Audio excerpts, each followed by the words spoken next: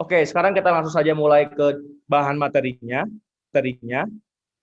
Jadi, kalau misalkan kita menganalisis berdasarkan dengan KIST, pelayanan publik, jejaring kerja, sosial budaya, teknologi informasi dan komunikasi, dan profesionalisme. Sedangkan tentang materi integritas ini tidak secara tertulis langsung berada di sini, tapi sebetulnya yang paling penting adalah materi integritas ini adalah materi yang betul-betul paling mendasar dan sangat betul-betul berhubungan dengan kelima subtes ini, dengan kelima yang ada pada kisi-kisi ini, sehingga karena materi integritas ini adalah materi yang betul-betul mendasar, ini betul-betul harus diikuti dan harus dimiliki oleh setiap ASN, sehingga maka fakta pemikiran tentang pejuang ASN terhadap materi TKP. Yang pertama pertanyaannya adalah, di antara ketiga tes ini mana yang kamu paling bisa? Ternyata berdasarkan dengan data ini, 63% orang itu memilih bahwa TKP adalah tes yang paling bisa di antara TWK dan TIU. Di mana TWK yang memilih 13%, kemudian TIU 24%. Di mana ini yang mengikuti survei ini adalah sebanyak 1.772 yang menjawab. Kemudian survei yang kedua adalah tentang pertanyaan ini. Pernahkah belajar tentang materi TKP biar dapat skor maksimal? Ternyata jawabannya itu adalah 34% menjawab pernah belajar materinya, kemudian 54% belum pernah belajar materi dan langsung ke soal, kemudian 12% malah nggak tahu gitu apakah TKP ini ada materinya atau enggak gitu. Dan ini yang menjawabnya itu adalah sekitar 1.700-an penjawab. Maka dari itu di sini kita bisa menyimpulkan 34% yang pernah belajar materi, sedangkan 66% ini mungkin mereka itu betul-betul tidak mengetahui ada materi yang bisa dipelajari dan memang tidak mempelajari materinya gitu. Dan jika kita korelasikan antara data yang ini di sebelah kiri, bahwa orang-orang itu berpikir bahwa TKP itu yang paling mudah, kemudian dikorelasikan dengan fakta ini, fakta ternyata 66% mereka itu tidak belajar materinya, maka sebetulnya poin yang paling penting itu ternyata 66% orang ini kemungkinan mereka itu berpikir bahwa materi TKP itu sebetulnya materi yang sangat mudah gitu. Karena memang yang sangat mudah, mereka berpikir mereka sudah bisa mengerjakannya dengan benar gitu. Mereka merasa sudah pintar dan sudah bisa sehingga tidak belajar lagi materinya. Nah, pada malam ini khusus untuk rekan semua yang betul-betul menjadi premium jadi ASN, kami ingatkan kembali bahwa jika kalian betul-betul memiliki pemikiran yang seperti itu, memiliki pemikiran yang menggampangkan materi TKP, padahal sebetulnya itu memang mudah, tapi tidak belajar materinya, itu betul-betul cara berpikir yang salah gitu. Betul-betul cara berpikir yang salah dan harus dirubah. Seharusnya cara berpikirnya adalah kalau misalkan memang TKP ini yang sangat mudah, dan tentu saja soal TKP kan sekarang ada 35 soal, di mana satu soal itu bisa mendapatkan poin 1 sampai dengan 5. Kalau misalkan kita menjawab semua soal dengan benar, berarti kan 35 dikalikan dengan 5, hasilnya adalah 175. Berarti sebetulnya kita itu, kalau misalkan memang mudah, coba dapatkan 170 poin itu dari TKP ini. Kalau misalkan betul-betul mudah, benar-benar kita harus memaksimalkan lah dari skor TKP ini, sampai 170 sampai 175-an gitu. Nah, dengan melihat data seperti ini, dengan melihat orang-orang itu sebetulnya menggampangkan TKP, berpikir bahwa TKP gampang, sampai-sampai mereka tadi ternyata tidak belajar, tidak pernah belajar materinya. Nah, dengan hal seperti ini, menurut kami, ini betul-betul menjadi keuntungan bagi rekan semua yang mengikuti premium jadi ASN. Kenapa? Ya, mungkin di saat yang lain berpikir menggampangkan dan berpikir tidak belajar materi, disinilah saatnya kita harus betul-betul memaksimalkan keadaan ini. Dengan cara apa? Dengan cara fokus memaksimalkan potensi diri kita untuk mempelajari materi-materinya. Supaya apa? Tentu saja supaya kita itu betul-betul bisa mendapatkan skor TKP ini dengan maksimal gitu. Ketika mungkin yang lain, kita dengan yang lain memiliki kemampuan TIU dan TWK dengan maksimal, tapi ternyata orang lain itu menggampangkan materi TKP, sedangkan kita itu belajar materi TKP hingga akhirnya kita itu mendapatkan skor yang maksimal dalam TKP, tentu saja hal tersebut menjadi poin tambahan bagi kita, sehingga kita bisa selangkah di depan dengan yang lain, kita bisa mendapatkan skor yang lebih tinggi, sehingga tentu saja, semoga saja dengan hal seperti ini akan memudahkan kita untuk lolos dan mewujudkan impian jadi ASN seperti itu. Sebetulnya dengan kita betul-betul mempelajari dari materinya itu sendiri, di mana kan poin untuk TKP itu dari 1, 2, 3, 4, dan 5. Nah, dengan mempelajari materi, tentu saja kita akan lebih mudah untuk mendapatkan skor TKP ini dari 4, skor yang 4, dan skor juga yang 5, seperti itu. Dengan cara apa? Dengan cara nanti kami akan berikan beberapa strategi, di mana strategi-strategi tadi adalah strategi untuk mempelajari apa saja sih supaya kita bisa mendapatkan skor TKP yang maksimal ini. Tentu saja, kedepannya juga akan kita bedah semua dalam live class kedepannya, seperti itu. Oke, sekarang kita bayangkan seperti ini. Misalkan skor TKP kamu saat ini misalkan sekitar 130 sampai 140 lah. Kalau misalkan skor kita masih segini dan skor maksimal TKP itu bisa 175, sebetulnya ini kan masih bisa dimaksimalkan gitu. Kalau misalkan kita terus fokus, minimal kita bisa dapat sekitar 150 sampai 160. Bahkan kami targetkan kalau misalkan rekan semua betul-betul mempelajari TKP dari sekarang, cobalah kejar supaya bisa dapat 150, 160 sampai 170 skornya. Supaya apa? Coba kita bayangkan. Kalau misalkan kita hanya mendapatkan skor 130, kemudian dibandingkan dengan kita mendapatkan skor 170, berarti kan bedanya 40 gitu. Bedanya 40 itu berarti kan seperti kita itu beda menjawab benar 8 soal TIU atau 8 soal TWK gitu. Di mana tentu saja hal seperti itu bisa meringankan beban kita di TIU dan di TWK-nya. Selain itu tadi juga bisa juga dengan kalau misalkan orang lain memiliki kemampuan yang sama dengan kita di bagian TU dan TWK, sedangkan kita mendapatkan skor TKP-nya yang tinggi, tentu saja itu menjadi hal yang positif bagi kita gitu, dan menjadikan kita selangkah di depan daripada yang lainnya. Oke, sekarang pertanyaannya, lalu kenapa sih kita harus belajar TKP? Kenapa sih di tes CPNS harus ada tes TKP? Mungkin ini harus betul-betul kita pelajari dulu secara mendasar supaya kita betul-betul paham ke depannya kenapa kita harus mempelajari ini dan apa hubungannya dengan kondisi pemerintahan saat ini. Oke, sekarang kita coba bayangkan seperti ini. Coba kalau misalkan nanti kalian betul-betul menjadi seorang ASN, kemudian selain kalian betul-betul menjadi seorang ASN, kalian juga mempunyai sebuah bisnis. Tentu saja bisnis tadi tidak mengganggu dari pekerjaan rekan semua menjadi ASN ya. Misalkan jadi bos gitu atau punya bisnis terus punya karyawan. Coba saya bertanya gitu. Kalian itu ingin memiliki karyawan yang seperti apa sih gitu? Coba bayangkan seperti ini. Maka tentu saja jawabannya itu adalah tentu saja kalian ingin memiliki karyawan yang produktif, yang betul-betul setiap harinya itu ya tidak ada waktu luang untuk berleha-leha, kemudian jujur, kemudian kompeten, pintar, bisa diandalkan, profesional dalam bekerjanya, berprestasi, kemudian amanah, bisa dipercaya, kemudian memiliki komunikasi yang baik, berinovasi dan suka membantu dan sebagainya gitu. Pastilah ini yang kita inginkan gitu sebagai seorang bos jika kita memiliki seorang karyawan seperti itu. Nah, tentu saja hal seperti itu juga sama dengan pemerintah. Di mana tentu saja pemerintah juga sama, mereka itu menginginkan ASN-nya itu pada baik-baik, di mana tidak seperti kasus-kasus yang seperti ini. Nanti kami akan berikan beberapa kasus. Di sini dari berita yang diambil dari Selasa 8 Desember 2020, ada seorang pejabat yang dimana dia itu malah main judi kartu dengan stafnya pada saat jam kerja. Tentu aja kan kalau misalkan kita mendapatkan seorang ASN yang seperti ini betul-betul merugikan negara gitu ya. Dari waktu yang seharusnya jam kerja itu dipergunakan untuk bekerja, dipergunakan untuk produktif, dipergunakan untuk menyelesaikan pekerjaan-pekerjaannya, ini malah main judi kartu gitu, malahan dengan stafnya. Maka dari itu hal ini tentu saja merugikan bagi negara gitu. Dan negara tentu saja tidak mau hal seperti ini terjadi ke depannya lagi.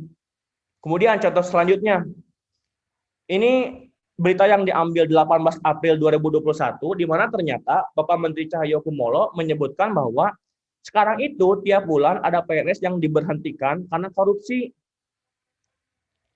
Di sini dikatakan bahwa Kemenpan RB setiap bulan masih harus memecat tidak hormat para PNS yang terlibat korupsi.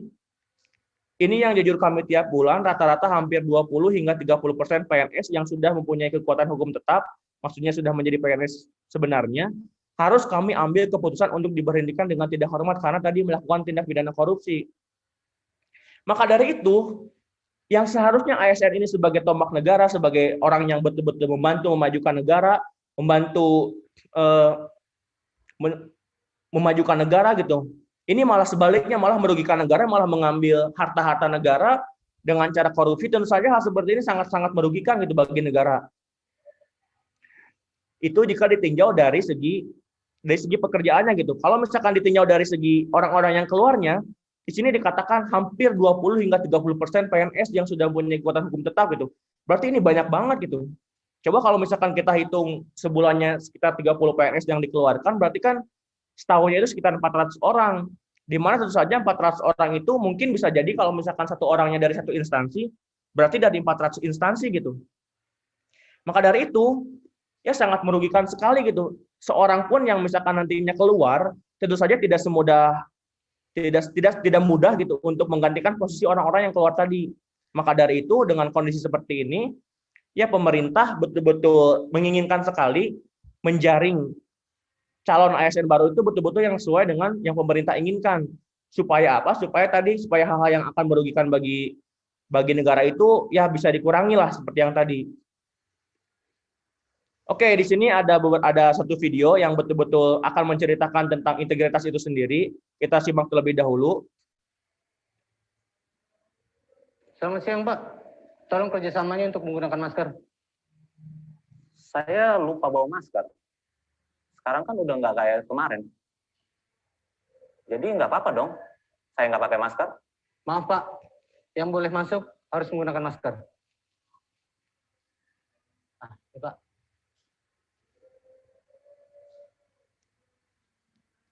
Maaf, Pak. Bapak punya kartu identitas? Pak, hari ini pertama saya masuk kerja. Tolong dimaafkan ya, Pak. Tidak bisa, Pak. Tidak ada kartu identitas, tidak boleh masuk. Pak, izinkan saya masuk sebentar. Setelah itu saya keluar. Maaf, Pak. Sudah peraturannya, kalau tidak punya kartu identitas, tidak boleh masuk.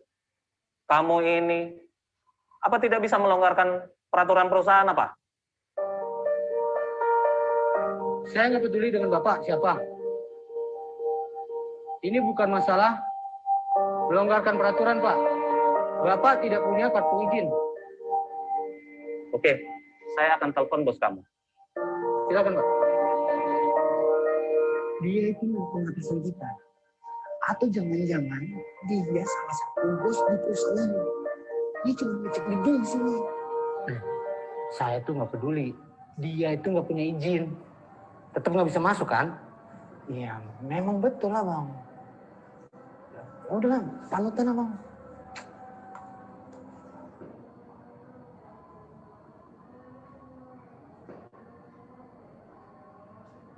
Sekarang coba kamu angkat telepon di HP kamu.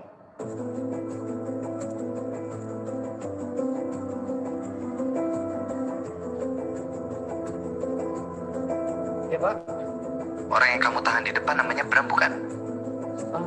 Saya kurang tahu ya, Pak. Tapi dia pakainya rapi, Pak. Dia nggak bikin masalah, kan? Oh, enggak, Pak. Tapi harus tetap mematuhi peraturan, kan, Pak? Dia itu CEO perusahaan kita. Cepat beri izin dia masuk. Siapa laksanakan? Silakan, Pak, masuk. Sekarang saya sudah boleh masuk. Oh, sudah, Pak. Tanpa kartu, saya bisa masuk. Sudah dapat izin dari manajer, Pak. Silakan masuk.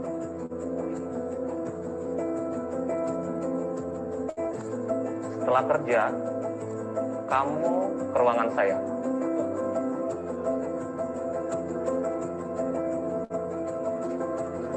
Apa gue bilang? Siap-siap lah, gue nggak pecat.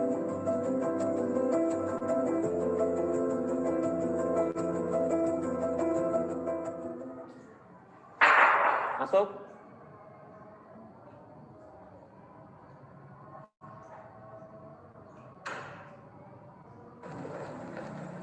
Permisi, Pak. Bapak cari saya? Mulai hari ini, saya pecat kamu dari kantor ini. Dan besok, jangan datang lagi. Ingat itu, jangan datang lagi ke kantor ini. Maaf, Pak.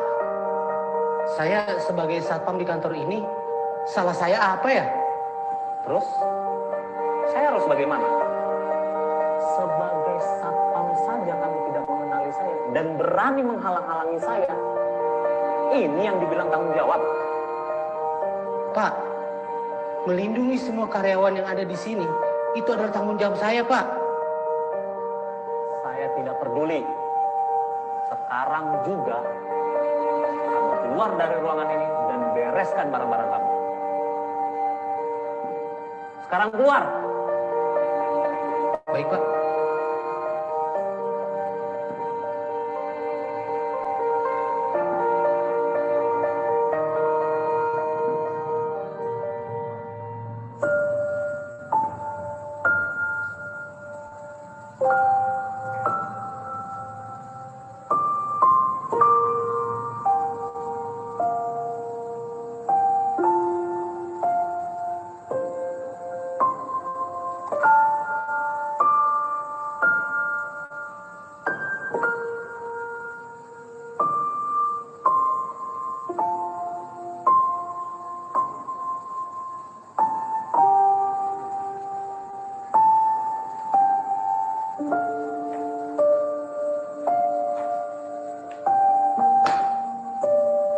Bang Adi mau kemana? Apa seharusnya aku manggil Bapak Adi, manajer baru? Yeay. Bang, kalau abang sudah jadi manajer, jangan lupa sama orang di sini ya.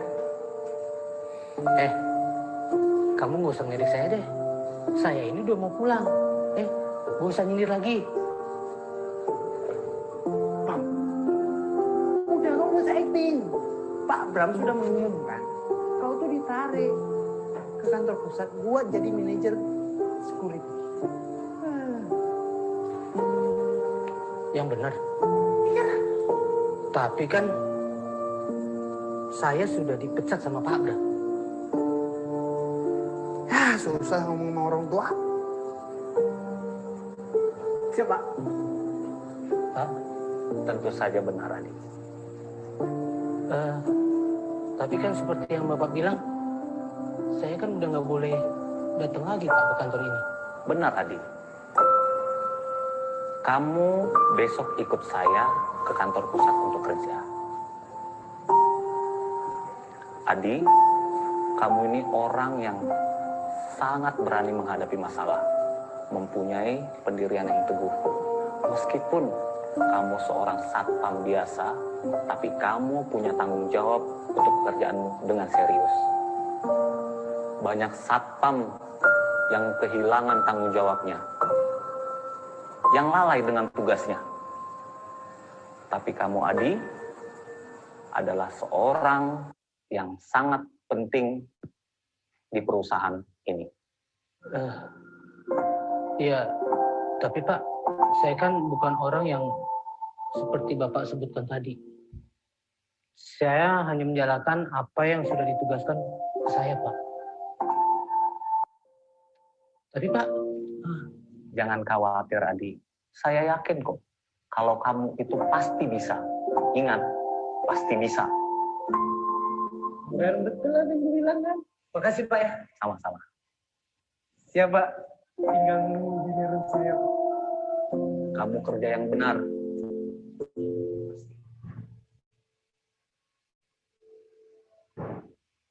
Oke, jadi di video ini sudah betul-betul sebetulnya bisa mewakili gitu ya tentang terkait dari integritas itu sendiri. Seharusnya memang setiap orang itu yang bekerja memiliki betul-betul integritas seperti ini. Kalau misalkan memang betul-betul sudah punya tanggung jawab, betul-betul sudah punya aturan, tentu saja siapapun yang apabila misalkan ada yang ingin melanggar aturan tersebut dan memang hal tersebut adalah melanggar, tentu saja kita harus betul-betul menegakkan keadilan gitu, menegakkan kebenaran gitu. Gimana, seru nggak video ini? Coba dong tulis gimana tentang video ini ya di kolom komentar. Jadi sebetulnya tadi ya video ini sudah mewakili gitu dari bagaimana sih seseorang harus memiliki integritas itu seperti apa. Di dalam video ini sudah diceritakan makna integritas yang sesungguhnya terkait dengan tanggung jawab, profesionalisme bekerja, kemudian mengikuti aturan, berani menegakkan kebenaran. Padahal di sini orang ini tuh adalah bosnya gitu ya. Tapi kalau misalkan bosnya pun memang melanggar, ya pastinya tentu saja kita harus tetap menegakkan keadilan, menegakkan kebenaran seperti itu.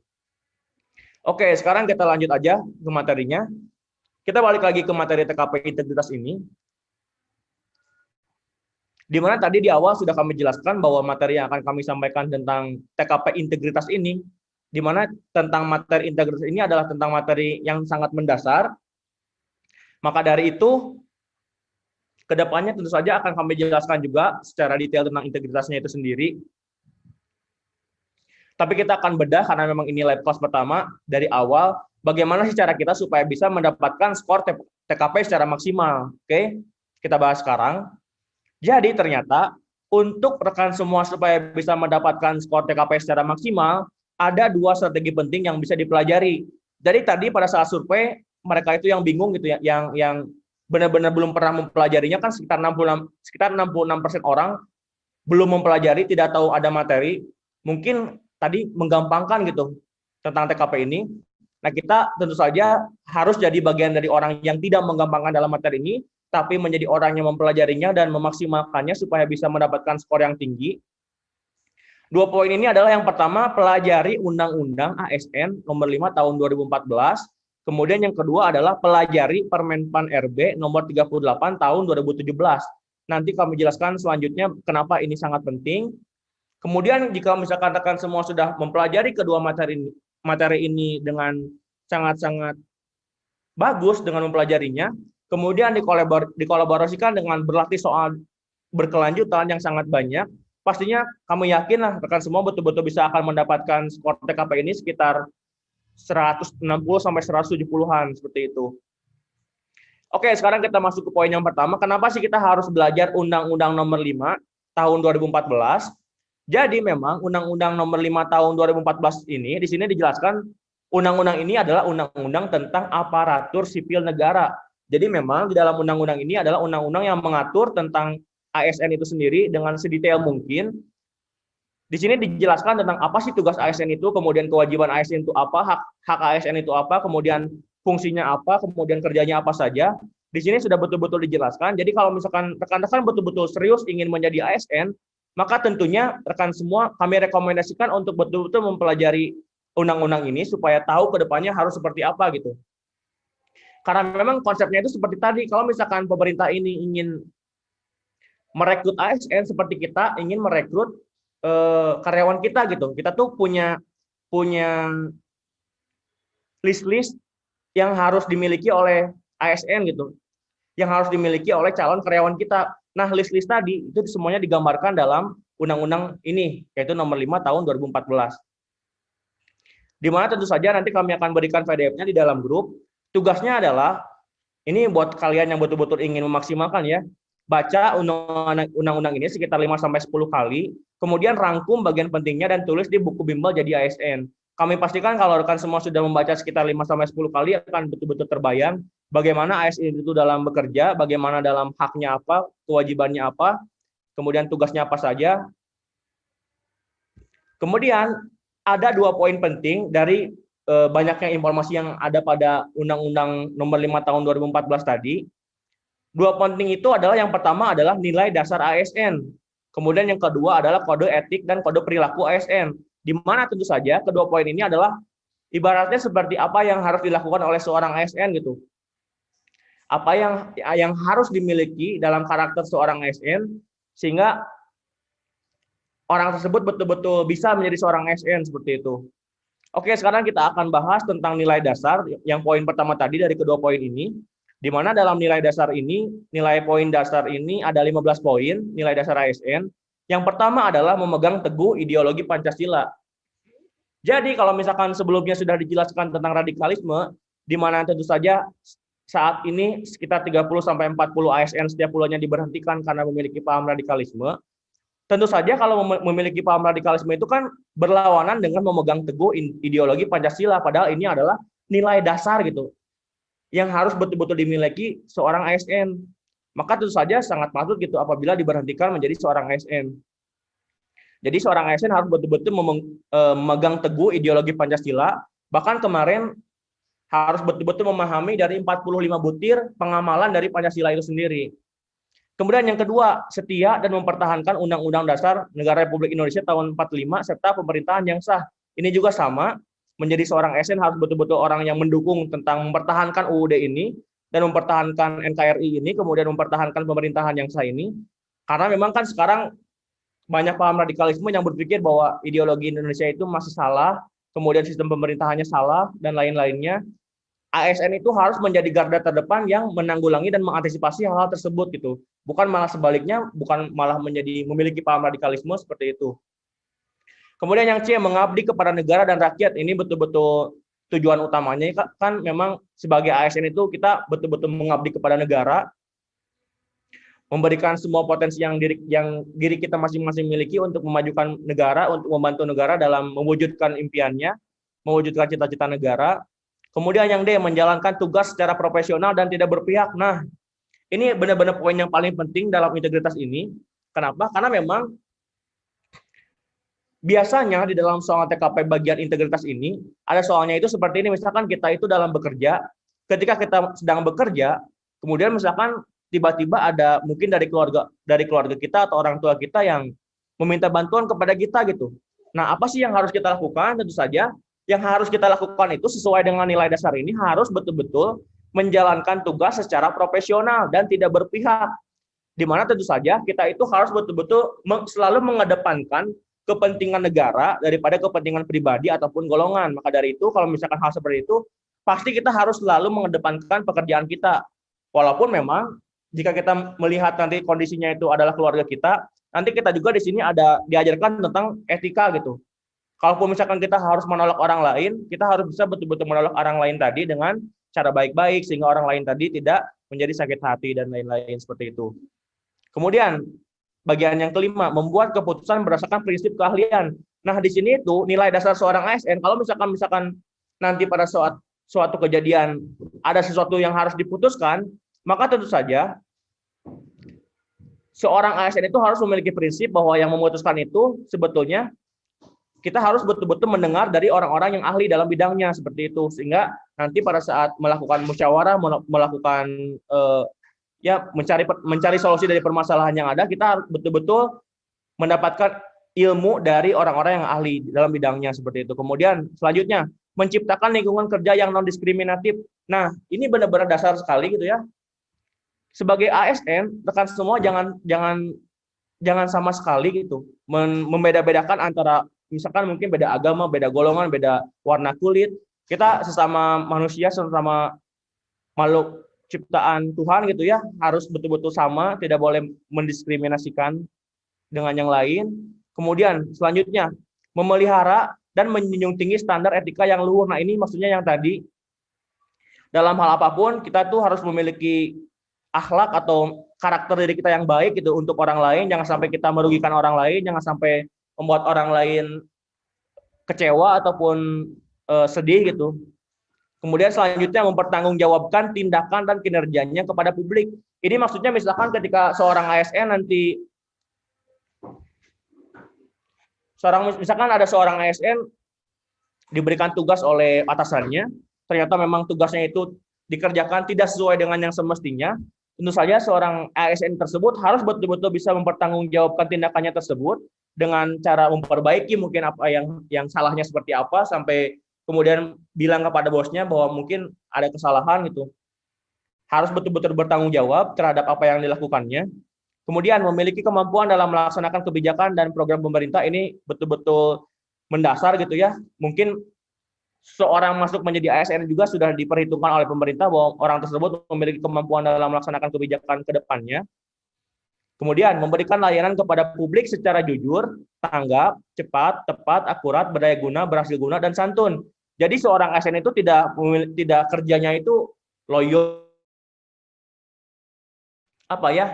kerjanya itu tidak buang-buang waktu gitu. Kalau misalkan memang ada waktu yang kosong, ya digunakan untuk membantu orang lain, memberdaya gunakan dirinya untuk membantu orang lain, sehingga bisa membantu orang lain. Jadi kalau misalkan ada tugas dari atasannya, mungkin harus dikerjakan secara tanggap, secara cepat, secara akurat juga, dan semaksimal mungkin dalam melaksanakan sesuatu. Kemudian selanjutnya mengutamakan kepemimpinan yang berkualitas, ini juga sama. Dalam hal kepemimpinan ini bisa dalam hal memimpin diri sendiri ataupun memimpin kelompok kita gitu ya. Di mana tentu saja seorang pemimpin tidak boleh memiliki karakter ataupun karakter-karakter kepemimpinan yang sangat jelek, misalkan dikasih tahu sedikit jadi malah ngambek gitu atau dan lainnya, harus memiliki sifat kepemimpinan yang berkualitas tinggi. Misalkan menghadapi sebuah masalah yang harus betul-betul dihadapi, jangan malah menjadi sebaliknya. Kemudian selanjutnya menghargai komunikasi, konsultasi dan kerjasama. Ini jelas kalau misalkan kita ada masalah, tentu saja harus dikomunikasikan dengan baik, dengan cara yang baik-baik, dikonsultasikan. Kemudian tadi di sini dihubungkan dengan orang-orang yang ahli dalam bidangnya, dan pada akhirnya mungkin kita mendapatkan sebuah solusinya.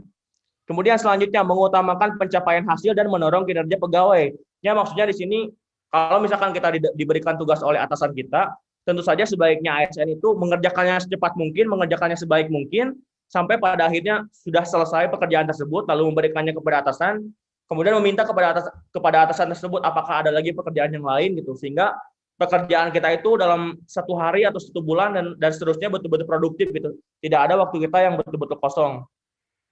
Kemudian selanjutnya mendorong kesetaraan dalam pekerjaan. Ini juga sama dalam hal pekerjaan, kita tidak boleh betul-betul mendiskriminasi orang lain. Setiap manusia itu betul-betul sama, makhluk ciptaan Tuhan gitu ya. Kemudian meningkatkan efektivitas sistem pemerintahan yang demokratis sebagai perangkat sistem karier. Oke, selanjutnya adalah 12 kode etik dan kode perilaku ASN. Gimana intinya ya? Kedua poin ini tuh betul-betul yang harus dimiliki oleh ASN, merupakan karakter yang harus dimiliki oleh seorang ASN. Oke, yang pertama melaksanakan tugasnya dengan jujur, bertanggung jawab, dan berintegritas tinggi. Jadi mungkin nanti di saat soalnya itu tentang kejujuran gitu ya. Misalkan kita dituntut atau disuruh oleh atasan kita supaya menaikkan harga yang kemungkinan pada awalnya seharusnya kita tuh membeli sebuah barang 500.000, tapi kita disuruh oleh atasan kita misalkan menjadi 1 juta gitu. Tentu saja hal tersebut sangat mencoreng dari kode etik dan kode perilaku ASN gitu. Bertanggung jawab dan berintegritas tinggi. Misalkan kita mempunyai sebuah kesalahan, kita harus bertanggung jawab terhadap kesalahan kita dengan cara meminta maaf, kemudian mengganti kerusakan dan lain-lain. Kemudian melaksanakan tugasnya dengan cermat dan disiplin. Ini betul-betul penting gitu ya. Nanti ada beberapa soal juga terkait dengan ini. Kemudian melayani dengan sikap hormat, sopan, dan tanpa tekanan.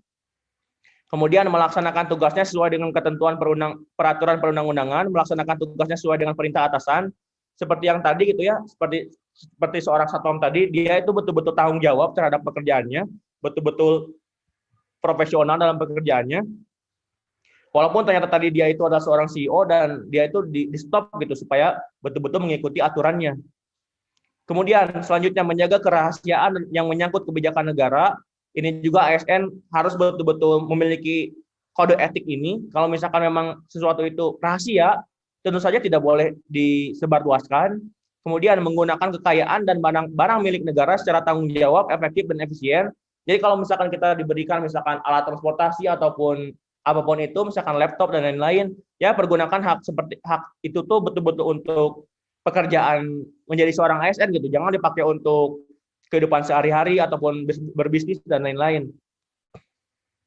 Dan harus betul-betul dipergunakan secara bertanggung jawab, efektif dan efisien. Kemudian selanjutnya menjaga agar tidak terjadi konflik kepentingan dalam melaksanakan tugasnya. Maksudnya itu adalah seperti tadi, kalau misalkan kita dihadapkan kepada beberapa pilihan, tentu saja kita harus selalu memilih mementingkan kepentingan negara, mementingkan kepentingan kantor kita, daripada mementingkan kepentingan dari diri sendiri ataupun keluarga kita ataupun golongan kita gitu.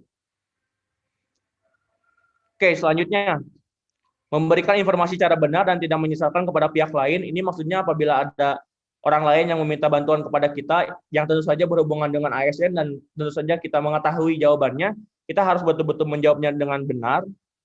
Kemudian tidak menyalahgunakan informasi internegara, tugas, status, kekuasaan, dan jabatannya untuk mendapat atau mencari keuntungan atau manfaat bagi diri sendiri untuk orang lain. Ini juga sama. Di sini benar-benar contohnya adalah misalkan korupsi.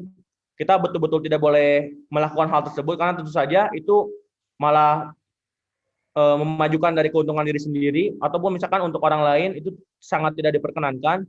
Kemudian memegang teguh nilai dasar ASN dan selalu menjaga reputasi dan integritas ASN. Nilai dasar ASN itu yang tadi Kemudian melaksanakan ketentuan peraturan perundang-undangan mengenai disiplin pegawai ASN. Oke. Oke, di sini ada contoh soal, saya bacakan terlebih dahulu, kalian bisa jawab. Ketika rapat penting perusahaan, saat itu Anda menjadi pemimpin rapat, di mana jika rapat itu gagal, maka perusahaan akan mengalami kerugian yang sangat besar, karena menyangkut kerjasama perusahaan dengan mitra, dan saat itu Anda mendapatkan kabar dari CS perusahaan, bahwa istri atau suami Anda mengalami kecelakaan, dan koma. Maka sikap Anda adalah yang pertama, A, menghentikan rapat karena nyawa istri atau suami lebih penting, B, menunjuk bawahan untuk menggantikan Anda sebagai pemimpin rapat, C, mengirim utusan ke rumah sakit untuk melihat kondisi pasien, D, tetap melanjutkan rapat dan segera ke rumah sakit setelah rapat selesai, E, menunda rapat sampai besok. Jadi, pada intinya untuk mengerjakan soal seperti ini, tadi yang sudah kami jelaskan gitu ya, bahwa dari nilai dasar tadi yang sudah dipelajari, makanya nilai dasar ini dan nilai kode etik tadi, ini betul-betul harus dipahami secara mendalam, dan mungkin nanti akan kami desain, kemudian kami rekomendasikan supaya di-print dan dipasang di dinding kamar kalian supaya betul-betul dipahami. Jadi, untuk mengerjakan soal seperti ini, konsepnya itu adalah tadi ketika kita ada konflik kepentingan seperti ini, apakah kita mengambil keputusan, kita harus betul-betul selalu meninggikan, selalu mendahulukan kepentingan negara, kepentingan kantor kita, daripada kepentingan diri sendiri, daripada kepentingan keluarga sebetulnya. Maka dari itu, karena di sini dijelaskan bahwa ketika rapat penting perusahaan, saat itu Anda menjadi pemimpin, dan ternyata ada yang telepon bahwa istri atau suami kita memiliki kecelakaan dan koma gitu. Maka dari itu, kalau misalkan konsepnya adalah tadi, kita harus selalu mementingkan terlebih dahulu negara ataupun kantor kita, maka hal-hal yang mementingkan diri sendiri, maka itu mendapatkan skor yang kecil gitu. Misalkan di sini, menunda rapat sampai besok, ini benar-benar pasti poinnya itu sangat kecil. Ini pasti mungkin sekitar 1 atau 2 gitu ya, yang menunda rapat sampai besok. Kemudian kita lihat,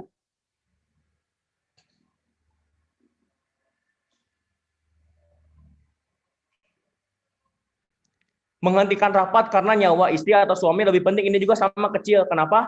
Karena mementingkan keluarga daripada mementingkan kantornya sendiri gitu.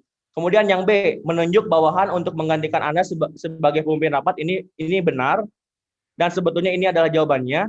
Kemudian yang C, mengirim utusan ke rumah sakit untuk melihat kondisi pasien. Oh, ini juga yang B salah. Kenapa salah? Karena kan menunjuk bawahan untuk menggantikan Anda sebagai pemimpin rapat. Berarti kan kita itu malah lebih memilih keluarga kita gitu. Ini salah, maka yang A salah, B salah, E salah, maka yang tersisa adalah C dan D. Mengirim utusan ke rumah sakit untuk melihat kondisi pasien, atau tetap melanjutkan rapat dan segera ke rumah sakit setelah rapat selesai. Dan ini jawabannya adalah yang C. Kenapa yang C? Karena yang C ini di sini dijelaskan bahwa istri kita itu memilih kecelakaan dan koma. Maka dari itu, karena di sini dijelaskan kecelakaan dan koma, mungkin harus langsung mendapatkan sebutnya itu respon dari kita gitu. Jadi salah satu respon yang harus kita lakukan itu adalah dengan cara, bisa juga karena mungkin kita bisa memiliki sebuah otoritas untuk mengirim utusan kita ke rumah sakit, maka hal yang paling tepat untuk menjawab soal ini adalah yang C, mengirim utusan ke rumah sakit untuk melihat kondisi pasien. Kenapa? Karena memang kalau misalkan kita memilih yang D, tetap melanjutkan rapat dan segera ke rumah sakit setelah rapat selesai, ini kan berarti kita itu menunda sampai rapatnya selesai. Bisa jadi kalau misalkan rapatnya itu lama, 1 hari atau misalkan 2 hari, ataupun misalkan dari pagi sampai sore, hal tersebut kan sangat kurang baik gitu daripada yang C. Yang C ini kan mengirim utusan ke rumah sakit, di mana tentu saja utusan tadi sudah di briefing oleh kita, harus seperti apa dan lain-lain gitu. Maka jawaban yang paling tepat untuk ini adalah yang C. Di mana di sini juga ada pada nilai dasar ini, yang D, menjalankan tugas secara profesional dan tidak berpihak. Pokoknya kalau misalkan rekan semua memahami nilai dasar, pasti bisa menjawab soal seperti ini dengan cepat dan dengan benar, mendapatkan poin maksimal. Kemudian memelihara dan menjunjung tinggi standar etika kita yang luhur. Ini juga tadi berpikir terhadap kalau kan di sini diperlihatkan dengan dua situasi gitu ya, maka kita itu selain kita itu harus profesional terhadap dengan pekerjaan kita, kita juga harus selalu memiliki etika dengan cara apa? Dengan cara merespon dari keadaan ini. Di sini kan istri atau suaminya koma gitu ya, dengan cara apa? Dengan cara mengirim utusan secara langsung. Kalau misalkan yang D ini ditunda terlebih dahulu sampai rapatnya selesai. Maka jawaban yang paling tepat untuk jawaban ini adalah jawaban yang C. Di mana hal tersebut juga dijelaskan dalam kode etik juga, di mana kode etik yang pertama, yang A, yaitu melaksanakan tugasnya dengan jujur, bertanggung jawab, dan berintegritas tinggi. Di mana hal tadi kan tentu saja memerlukan kita supaya jujur, berintegritas tinggi, dan bertanggung jawab. Karena kalau misalkan mungkin tidak bertanggung jawab, ya bisa aja dia itu malah jadi pulang gitu, malah jadi melihat istri atau suaminya yang sedang koma tadi. Kemudian melaksanakan tugasnya sesuai dengan perintah atasan, ini benar, ini harus betul-betul dilaksanakan ketika memang kita sedang bekerja seperti itu. Ini merupakan kode etik dan kode perilaku yang harus dimiliki oleh seorang ASN. Oke, yang tadi kita pelajari, kita sudah mempelajari bagian Undang-Undang ASN nomor 5 tahun 2014. Tadi sudah kami rekomendasikan supaya undang-undang ini betul-betul dibaca sekitar 5-10 kali. Kemudian setelah betul-betul dibaca, ditulis rangkumannya di dalam buku Jadi ASN. Sekarang kita mulai mempelajari bagian Permen-Pan RB nomor 38 tahun 2017. Oke. Oke, pertanyaannya adalah kenapa sih kita harus belajar Permen-Pan RB nomor 38 tahun 2017 ini? Karena di dalamnya itu dibahas tentang standar kompetensi ASN dengan lengkap. Seperti yang sudah tadi saya bicarakan, bahwa misalkan kita punya sebuah bisnis, kemudian ingin punya karyawan, tentu saja kan kita punya kompetensi nih, punya standar yang jelas. Karyawan kita itu pengen seperti apa saja. Nah, maka dari itu, standar-standar tentang kompetensi ASN itu sudah dijelaskan dalam ini Permen-Pan RB nomor 38 tahun 2017. Sehingga kalau misalkan kita sudah betul-betul mengetahui dari standar ASN ini, berarti kita sudah betul-betul mengetahui yang diinginkan oleh si pemerintah itu sendiri dalam merekrut ASN-nya. Ini yang tadi saya jelaskannya. Jadi kita itu betul-betul harus mengetahui standar kompetensi ASN itu sendiri gitu. Di mana tentu saja tentang PDF Permen-Pan RB nomor 38 tahun 2017 nanti akan kami kirimkan di dalam grup. Tugasnya itu sama, nanti betul-betul rekan semua pelajari materi ini Permen-Pan RB nomor 38 tahun 2017. Dibaca 5-10 kali, kemudian dirangkum materi-materi yang penting, karena memang di dalamnya betul-betul dijelaskan terkait dengan standar kompetensi ASN.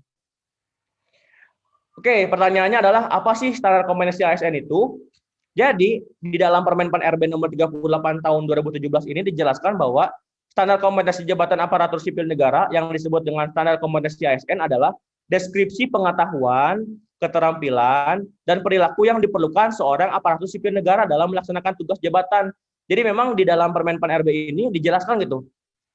Deskripsi tentang seseorang yang nantinya menjadi ASN itu harus memiliki keterampilan seperti apa, harus memiliki pengetahuan seperti apa, harus memiliki perilaku yang seperti apa gitu. Kemudian di sini juga dijelaskan bahwa standar kompetensi jabatan harus merupakan persyaratan kompetensi minimal yang harus dimiliki oleh seorang aparatur sipil negara dalam melaksanakan tugas jabatannya. Jadi memang di sini itu dijelaskan tentang standar atau minimal ASN itu harus seperti ini gitu. Di mana dalam Permen-Pan RB ini nomor 38 tahun 2017 dijelaskan bahwa kompetensi jabatan itu ada 3. Yang pertama adalah kompetensi teknis, kompetensi manajerial, dan kompetensi sosiokultural. Di mana untuk kompetensi teknis ini sebetulnya yang nanti akan diujikan dalam SKB.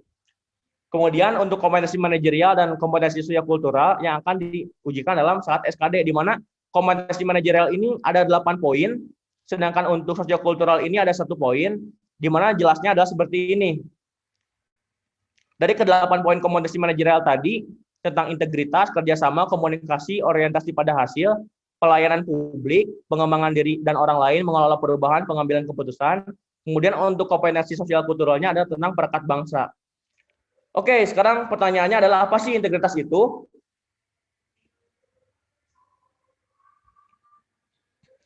Nah, di dalam Permen Pan RB nomor 38 tahun 2017 ini dijelaskan bahwa definisi dari integritas itu adalah konsisten berperilaku selaras dengan nilai, norma, dan atau etika organisasi, dan jujur. Ini di sini harus ditekankan ya, jujur dalam hubungan dengan manajemen, rekan kerja, bawahan langsung, dan pemangku kepentingan.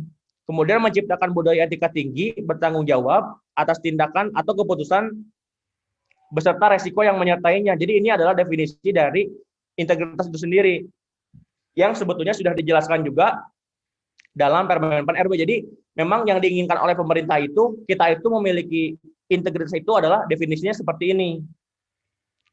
Kemudian menurut KBBI, integritas itu adalah mutu, sifat, atau keadaan yang menunjukkan kesatuan yang utuh, sehingga memiliki potensi dan kemampuan yang memancarkan kewibawaan, kejujuran. Di sini yang di garis bawah itu adalah kejujuran. Jadi memang kalau misalkan kita simpulkan dari kedua pengertian ini, memang kata kunci dari integritas itu sebetulnya kita itu memiliki sifat jujur, tegas, disiplin, profesional, keselarasan ucapan dan perbuatan sesuai dengan norma, kemudian mementingkan kepentingan negara di atas kepentingan pribadi atau golongan, seperti contoh kasus yang tadi sebelumnya. Seperti itu. Jadi tadi di dalam video juga sudah dijelaskan, video tadi itu menjelaskan tentang makna dari integritas itu sendiri. Kita itu harus betul-betul tegas, disiplin, profesional, mengikuti aturan, mementingkan kepentingan negara daripada kepentingan pribadi ataupun golongan, seperti itu. Nah, ternyata di dalam Permen Pan RB nomor 38 tahun 2017 juga dijelaskan, tadi sudah saya jelaskan, untuk integritas ini ada 5 level. Jadi semua, tadi kan di sini ada 8 poin ya. Di sini ada 8 poin kompetensi manajerial, tentang kerjasama, tentang komunikasi, tentang orientasi pada hasil. Jadi nanti di Permen Pan RB itu dijelaskan kerjasama yang baik itu seperti apa sih, komunikasi yang baik itu seperti apa, orientasi pada hasil yang baik itu seperti apa. Di mana setiap poin ini ada 5 levelnya. Jadi kita bakal tahu kerjasama yang paling baik itu level 1 seperti apa, kerjasama yang dimaksudkan tentang level 2 seperti apa. Dan yang lainnya juga ini sama. Jadi makanya kalau misalkan kalian betul-betul pengen mendapatkan hasil skor maksimal dalam TKP, ini harus betul-betul dipelajari. Misalkan di sini tentang pelayanan publik ini dijelaskan di dalam Permen Pan RB tadi, ada 5 level. Pelayanan publik level pertama seperti apa, level kedua seperti apa, level ketiga seperti apa. Oke. Sekarang saya akan menjelaskan salah satu saja tentang integritas, karena memang di sini membahas tentang integritas. Oke, jadi level pertama tentang integritas itu sendiri, deskripsinya itu untuk level pertama adalah mampu bertindak sesuai dengan nilai, norma, etika organisasi dalam kapasitas pribadi. Di sini indikator pelakunya, bertingkah laku sesuai dengan perkataan, berkata sesuai dengan fakta, melaksanakan peraturan, kode etik organisasi dalam lingkungan kerja sehari-hari, pada tataran individu atau pribadi, kemudian tidak menjanjikan atau memberikan sesuatu yang bertentangan dengan aturan organisasi. Jadi memang untuk level 1 ini hanyalah level integritas untuk level 1, hanyalah melakukan sesuatu sesuai dengan nilai, norma, dan hanya untuk pribadi dirinya sendiri gitu. Ini termasuknya adalah level integritas level 1. Kemudian di sini dijelaskan bertingkah laku sesuai dengan perkataan, berkata sesuai dengan fakta. Contohnya adalah seperti yang tadi, misalkan kita itu disuruh oleh atasan kita untuk membeli sesuatu yang harganya misalkan 500.000, tapi ternyata disuruh oleh atasan kita untuk menuliskannya 1 juta, itu 2 kali lipatnya. Tentu saja kalau misalkan seorang tadi memiliki rasa integritas, di mana integritasnya itu adalah level 1, pasti tidak akan melakukan hal-hal seperti itu. Kemudian selanjutnya, untuk level kedua ini mampu mengingatkan, mengajak rekan kerja untuk bertindak sesuai dengan nilai, norma, dan etika. Jadi kalau misalkan berbedaan dengan yang pertama ini, kalau ini level 1 masih integritas terhadap diri sendirinya masing-masing, tapi kalau untuk yang poin yang kedua ini adalah mampu mengingatkan, hanya mengingatkan kepada rekan kerja untuk bertindak dengan sesuai norma, sesuai dengan nilai, sesuai dengan etika organisasi. Jadi kalau misalkan level pertama itu masih cuma buat diri sendiri, tapi untuk level kedua integritas, kita udah bisa mulai mengajak gitu kepada orang lain, itu sudah memiliki level yang kedua. Kemudian indikatornya mengingatkan rekan kerja untuk bertindak sesuai dengan nilai, norma, dan etika organisasi dalam segala situasi dan kondisi, mengajak orang lain untuk bertindak sesuai dengan etika dan kode etik, kemudian menerapkan norma-norma secara konsisten dalam setiap situasi pada unit kerja terkecil atau kelompok kerja, kemudian memberikan informasi yang dapat dipercaya sesuai dengan etika organisasi. Jadi memang perbedaan untuk poin 1 dan poin 2, kalau poin 1 untuk diri sendiri, kalau misalkan poin 2 sudah mulai mampu mengajak orang lain untuk mengikuti norma. Oke, sekarang kita pelajarin yang level integritas yang ketiga. Kita itu mampu memastikan atau menanamkan keyakinan bersama agar anggota yang dipimpin bertindak sesuai dengan nilai, norma, dan etika organisasi dalam lingkup formal. Di sini indikatornya adalah memastikan anggota yang dipimpin bertindak sesuai dengan nilai, norma, dan etika organisasi dalam segala sesuatu dan kondisi, mampu untuk memberi apresiasi dan teguran bagi anggota yang dipimpin agar bertindak selaras dengan nilai norma, kemudian melakukan monitoring dan evaluasi terhadap penerapan sikap integritas di dalam unit kerja yang dipimpin. Jadi kalau misalkan untuk bagian ini, untuk yang bagian 3 ini, kalau misalkan yang kedua ini kita itu hanya mengajak orang lain, tapi kalau misalkan yang ketiga ini, orang lain yang kita ajak itu sudah dipastikan bergabung dengan kita gitu, untuk selalu mengikuti nilai dan norma dan aturan yang berlaku. Seperti itu ya, kalau misalkan kita ulangi lagi, kalau yang pertama untuk diri sendiri, hanya mengerjakan saja sesuai dengan nilai dan norma, yang kedua kita udah mulai mengajak, kalau yang ketiga kita udah mengajak dan orang yang diajak itu sudah dipastikan masuk untuk mengikuti nilai, norma, ataupun aturan. Kemudian yang keempat, level integritas yang keempat adalah mampu menciptakan situasi kerja yang mendorong kepatuhan pada nilai, norma, dan etika organisasi. Jadi kalau misalkan yang ini, perbedaannya dengan yang sebelumnya adalah ini sudah betul-betul menciptakan suasana kerja gitu. Kalau misalkan yang sebelumnya ini diajak gitu. Kalau misalkan yang nomor 2 kan mengajak orang lain.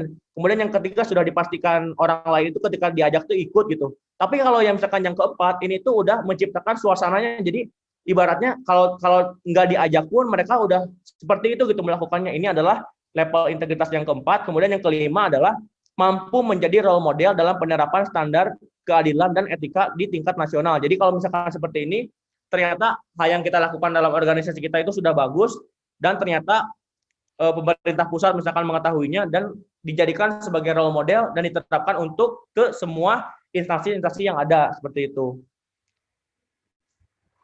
Jadi kita simpulkan untuk 5 level integritas menurut Permen PAN RB itu nomor 38 tahun 2017. Yang pertama, melakukan sesuai dengan nilai norma. Ini hanya untuk diri sendiri. Untuk level 2 mengajak rekan kerja. Ini hanya baru sebatas mengajak rekan kerja. Kemudian yang ketiga, memastikan yang diajak benar-benar ikut. Ini hanya memastikan saja. Kan kalau misalkan yang kedua, kita itu tidak memastikan bahwa orang lain yang kita ajak itu ikut. Tapi kalau yang ketiga, setelah diajak, kita memastikan orang lain yang kita ajak itu ikut. Kemudian yang keempat, mampu menciptakan lingkungan mengikuti norma. Jadi kalau misalkan ini sudah otomatis ya, karena misalkan kita sudah terus-menerus melakukan hal yang seperti itu, jadi orang lain itu tanpa diajak sudah memiliki kesadaran sendiri. Kemudian yang kelima, kita itu harus mampu menjadi role model diterapkan di tingkat nasional. Karena memang mungkin seperti tadi sudah otomatis, tidak perlu disuruh-suruh, sudah menjadi betul-betul budaya dari pekerjaannya, maka hal seperti itu sangat paling bagus untuk 5 level integritasnya itu sendiri, menjadi role model tingkat nasional. Nah, untuk materinya, alhamdulillah kita sudah selesai sampai akhir. Sekarang kita akan membahas beberapa soal. Oke, silakan kerjakan soal ini dalam 10 detik, mulai dari sekarang.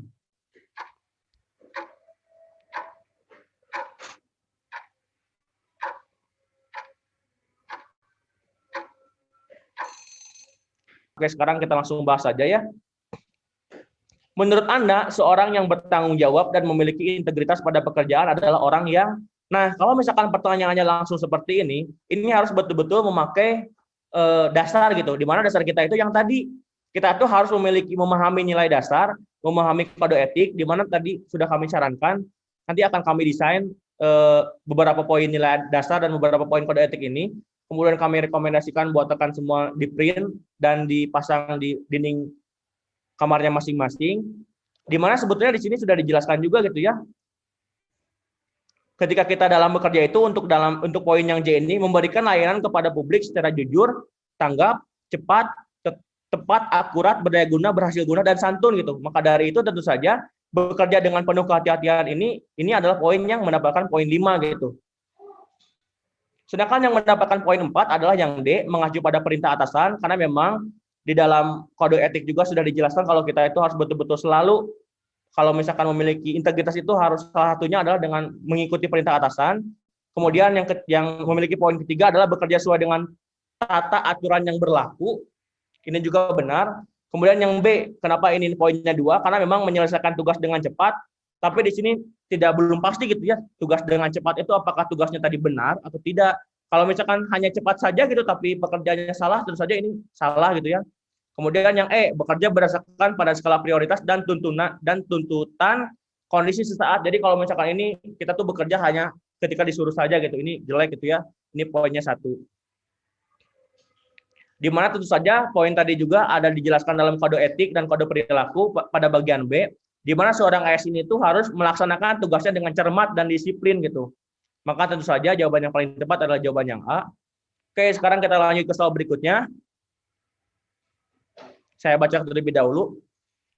Di kantor saya dikenal sebagai pribadi yang A, disiplin, B, pekerja keras, C, kreatif dan penuh ide baru, D, jujur, E, mudah bergaul. Oke, silakan kerjakan soal ini dalam 10 detik mulai dari sekarang.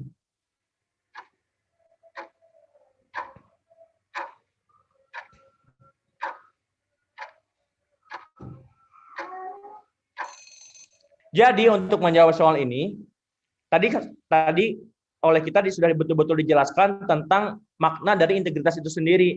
Di mana sebetulnya dijelaskan juga tadi di slide-slide sebelumnya, yang paling penting dalam integritas ini kuncinya itu adalah jujur. Orang jujur gitu. Sekarang itu kalau misalkan kita pikirkan, banyak banget orang itu yang benar-benar pinter, tapi mereka itu nggak jujur gitu. Hanya sekedar pinter. Jadi memang integritas ini adalah poin yang paling pentingnya itu dalam bidang kejujuran.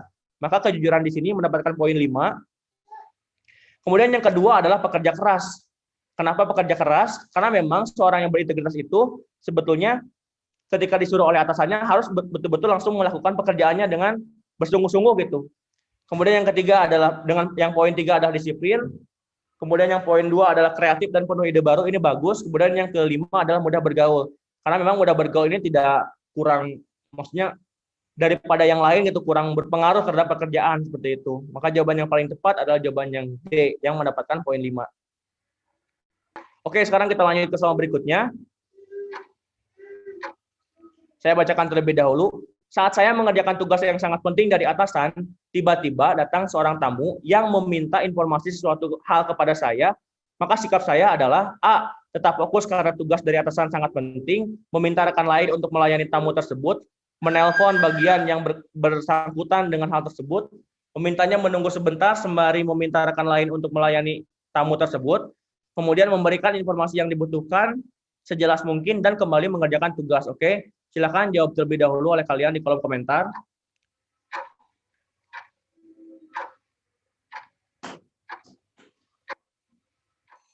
Jadi untuk mengerjakan soal seperti ini, soal ini itu jawabannya itu adalah yang E, di mana kita itu harus betul-betul memberikan informasi yang tugasnya, karena memang prinsip dasar seorang ASN itu adalah menjadi seorang pelayan. Kalau misalkan ada yang meminta seperti ini, ya kita berikan saja dulu informasinya gitu. Kemudian yang mendapatkan poin keempat adalah menelpon bagian yang bersangkutan dengan hal tersebut. Jadi tentu saja kalau misalkan ada yang meminta bantuan kita, dan ternyata orang lain itu bisa juga menjawabnya, maka kita bisa sangkutkan dengan yang lain, tapi oleh kita gitu.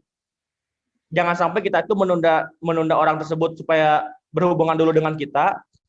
Kemudian yang mendapatkan poin 3 adalah memintanya menunggu sebentar sembari meminta rekan lain untuk melayani tamu tersebut. Nah ini daripada meminta orang tersebut menunggu, alangkah baiknya kita respon terlebih dahulu orang tersebut, kita terima terlebih dahulu orangnya. Lalu kita carikan solusi-solusi lain, yaitu dengan cara meminta rekan lain untuk melayani tamu. Kemudian yang dapat poin 2 adalah meminta rekan lain untuk melayani tamu. Ini secara langsung gitu, menyerahkan, oh jangan ketemu dengan saya, tapi ketemu dengan orang lain itu kurang tepat gitu. Karena memang seharusnya kita terima terlebih dahulu, kita ajak ngobrol terlebih dahulu dan lain-lain. Kemudian pada saat nanti barulah kita serahkan dengan yang lain yang bersangkutan. Kalau misalkan memang sama-sama bisa diselesaikan masalahnya dengan menghubungkan dengan orang lain. Kemudian yang mendapatkan poin 1 adalah tetap fokus karena tugas dari atasan sangat penting. Ini salah ya. Karena memang tadi selain kita itu harus memiliki sikap keprofesionalisme atau misalkan mementingkan kepentingan pekerjaan daripada kepentingan yang lain, maka selain dari itu kita juga harus memiliki etika yang luhur. Di mana di sini sudah dijelaskan dalam nilai dasar untuk bagian D, menjalankan tugas secara profesional dan tidak berpihak. Kemudian yang G-nya itu adalah memelihara dan menjunjung tinggi standar etika yang luhur. Maka kalau misalkan kita tidak memiliki etika, maka kita langsung memutuskan seperti ini gitu.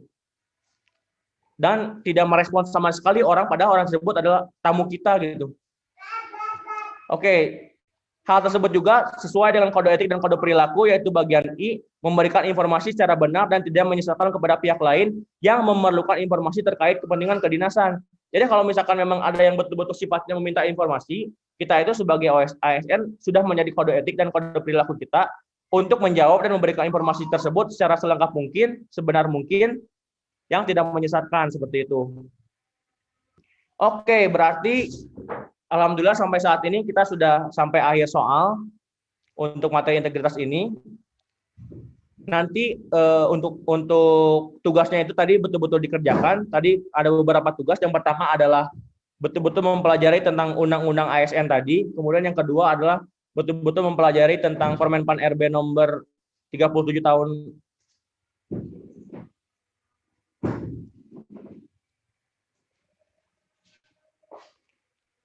nomor 38 tahun 2017 dan Undang-Undang ASN nomor 5 tahun 2014. Jadi rekomendasinya adalah baca kedua undang-undang ini 5-10 kali, kemudian setelah dibaca betul-betul ditulis rangkumannya seperti apa.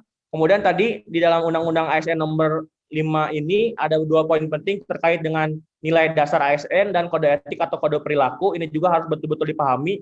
Nanti akan kami berikan sebuah desain dan kami rekomendasikan untuk di-print supaya dipelajari dan juga supaya dipasang di dalam dinding kamarnya masing-masing.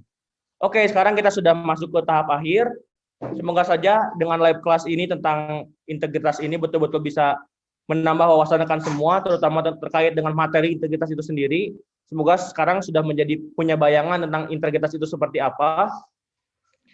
Tadi sudah kami jelaskan bahwa rekan semua, semoga saja kita betul-betul bisa maksimalkan dari skor nilai TKP itu, karena memang kita melihat orang lain itu betul-betul tidak niat gitu untuk belajar materi TKP, sedangkan rekan semua yang mengikuti, terutama yang mengikuti live class ini, tentu saja betul-betul memiliki niat yang besar gitu. Kita itu harus mengambil keuntungan tadi dengan cara semaksimal mungkin mempelajarinya, sehingga kita bisa mendapatkan skor TKP yang sangat maksimal, sehingga kalau misalkan maksimal tentu saja bisa meringankan beban nilai TU dan TU dan TWK-nya itu sendiri, sehingga pada akhirnya bisa mengantarkan rekan semua untuk mewujudkan impian menjadi ASN 2021. Baik, sekian dari kami. Terima kasih banyak atas rekan semua. Oke. Terima kasih. Assalamualaikum warahmatullahi wabarakatuh.